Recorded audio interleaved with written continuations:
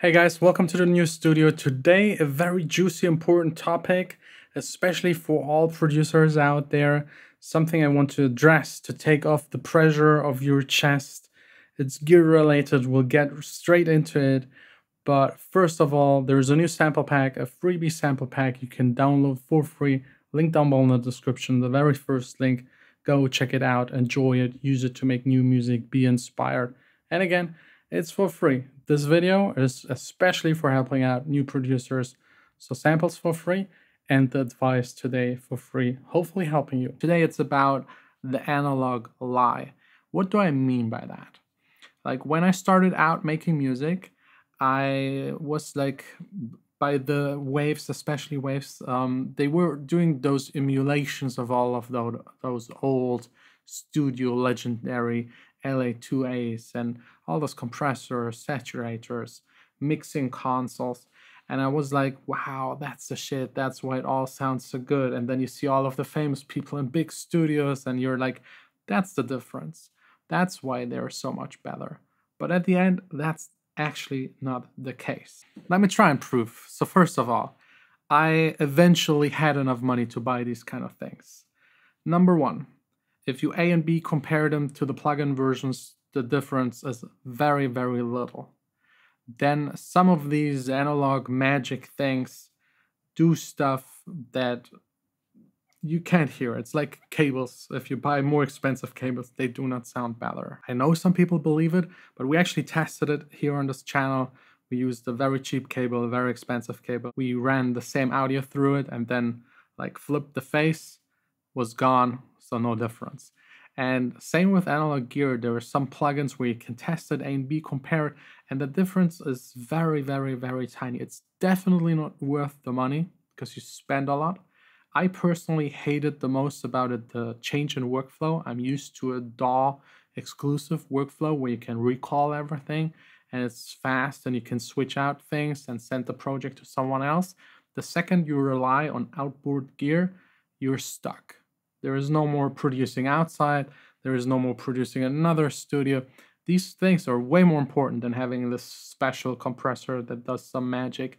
And in all of the future music videos and all of these big guys that I admire, like they always talk about the things like they're doing something, but the honest and truth is just that it's about their skills. But it's kind of weird to sit there and say, hey, my music's so good because of my skills. Hey, I use this machine right here, and then you think, oh, maybe it's because of that. You buy it, I did it, and it didn't change a whole lot for me, except making my workflow a lot more tedious. While editing, another quick in-between kind of story thing. I bought a lot of analog gear, and it was visible in my videos, and then I released a song, and multiple people, especially during ADE, were like, yeah, your sound is so analog, I love it. And I was like in my head, like laughing, because I knew, especially that one song they were talking about had zero analog gear in it. Zero. That proves another point. Back to the video. I even tried out some machines with recallability to get rid of the workflow hassle. Still didn't change much. And some of the plugins are way more precise. For example, an LA2A compressor, the real thing, compared to a software version. Yes, it sounds a little better, but it's because it's not just doing what it says it does. It also usually maybe excites the high frequencies a little, gives it a little more saturation, maybe a tiny bit of distortion. Maybe it's making it a little bit louder or giving it more high frequencies. That's kind of the stuff that a real machine can actually do, but you have the possibility to do the same with 2 or 3 plugins. It's a little more work, but on the flip side, you have way more control. So there's no need to make music, good music, chart-topping, super good music, to buy anything external analog. It's, in the end, a big waste of money, time, and it makes your workflow a lot worse. Trust me, I went through all of it. I started just in the box, bought more and more equipment, as you might know if you're watching this channel for a long while, and I got rid of it again because it was just like making me, yeah, just kind of confused. Use it, not use it. It's too much hassle. There is no improvement. Right now, I'm a lot faster, more efficient. Now, in the background, you see a couple of things that I still own. Original Moog Prophet 5 SH101. Um, I don't know. I bought them because like nostalgic and like just wanting to own them. And I sometimes use them. And yes, the Moog sounds a little bit more raw, but I can have the same with Diva and a saturation plugin. And it has no MIDI, so I need to play it. My playing isn't that good, so at the end it's better doing it in the computer.